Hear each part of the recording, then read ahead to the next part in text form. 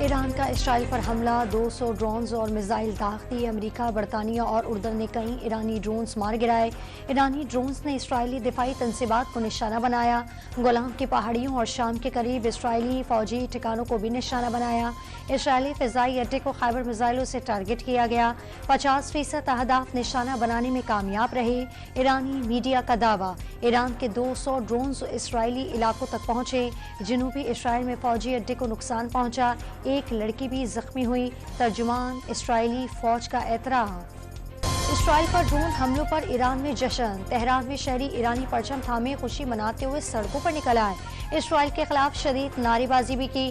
Beirut میں بھی اسرائیل پر drones حملوں کی خوشی میں ریلی نکالی گئی۔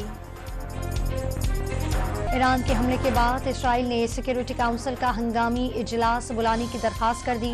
ایرانی حملے کے بعد اسرائیلی جنگی کابینہ کا اجلاس طلب۔ اسرائیل ہر صورت حال کے لیے تیار ہے۔ اسرائیلی وزیر اعظم نیتن یاہو کا رد عمل۔ اسرائیلی وزیر اعظم کا امریکی صدر سے رابطہ، اسرائیل کا دفاع کریں گے، ایران کو اپنے مقاصد میں کامیاب نہیں ہونے دیں گے، ایران پر جارحانہ آپریشن میں حصہ نہیں لیں گے۔ جو بائیڈن کی گفتگو۔ امریکی صدر کی قومی سلامتی ٹیم سے ملاقات، وزیر دفاع، وزیر خارجہ، chairman joint chief of staff سمیت دیگر حکام شریک۔ امریکی وزیر دفاع کا اسرائیلی ہم منصب سے رابطہ، اسرائیل ایران پر کسی بھی جوابی کارروائی سے پہلے ہمیں اطلاع کرے، لائٹ آسٹن کا مطالبہ۔ اسرائیل کسی بھی حملے کے لیے تیار ہے، اسرائیلی وزیر دفاع کا جواب۔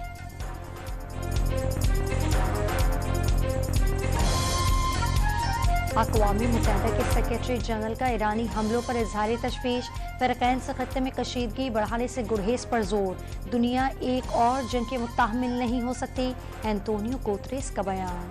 جرمنی، کینیڈا، فرانس اور برطانیہ کی ایران کی جانب سے اسرائیل پر ڈرون اور میزائل حملوں کی مذمت، چین کو مشرق وسطیٰ میں بڑھتی کشیدگی پر تشویش، سعودی عرب کی فریقین سے تحمل کا مظاہرہ کرنے اور خطے کو جنگ کے خطرات سے بچانے کی اپیل۔ خیبر پختونخوا میں بارش کے باعث مختلف واقعات میں 4 افراد جاں بحق اور 7 زخمی ہو گئے۔ دیواریں اور چھتیں گرنے سے 15 مکانات کو نقصان پہنچا، 2 گھر مکمل تباہ ہو گئے، 13 مکانوں کو جزوی نقصان پہنچا۔ کراچی کے مختلف علاقوں میں بوندا باندی، محکمہ موسمیات کی آندھی کے ساتھ بارش کی پیشگوئی۔ جام شوروں میں گزشتہ روز آندھی کے باعث 15 سے زائد ہائی ٹرانسمیشن لائن کے ٹاورز گر گئے، 12 گھنٹے سے بجلی کی سپلائی منقطع۔ سویلین کا ملٹری کورٹ میں ٹرائل نہیں ہونا چاہیے، 106 قیدیوں کے ملٹری کورٹ میں ٹرائل ہو رہے ہیں۔ بانی پی ٹی آئی اور بشرا بی بی جلد رہا ہو جائیں گے۔ فارم 47 پر بننے والی حکومتیں ریت کا پہاڑ ہے، عمر ایوب کی پریس کانفرنس۔ قائد عوام شہید ذوالفقار علی بھٹو کی 45ویں برسی گھنی خدا بخش میں منائی جا رہی ہے۔ سندھ بھر سے جیالو کی آمد کا سلسلہ جاری، مزار کے احاطے میں جلسہ ہوگا، بلاول بھٹو اور دیگر مرکزی رہنما خطاب کریں گے۔ کراچی میں اسٹریٹ کرمنلز اور چھینے گئے موبائل فون خریدنے والے نیٹ ورک کے خلاف سخت کارروائی کا حکم۔ ایڈیشنل ڈسٹرکٹ اینڈ سیشن جج غربی کی عدالت نے اسٹریٹ کرائم میں ملوث ملزم اور چھینے گئے موبائل فون کا کاروبار کرنے والے ملزم عبید کی درخواست ضمانت مسترد کر دی۔ اور 5 T20 میچز کے لیے نیوزی لینڈ کی ٹیم اسلام آباد پہنچ گئی۔ پی سی بی حکام نے ایئرپورٹ پر استقبال کیا، سخت سیکیورٹی میں ٹیم کو ہوٹل پہنچایا گیا۔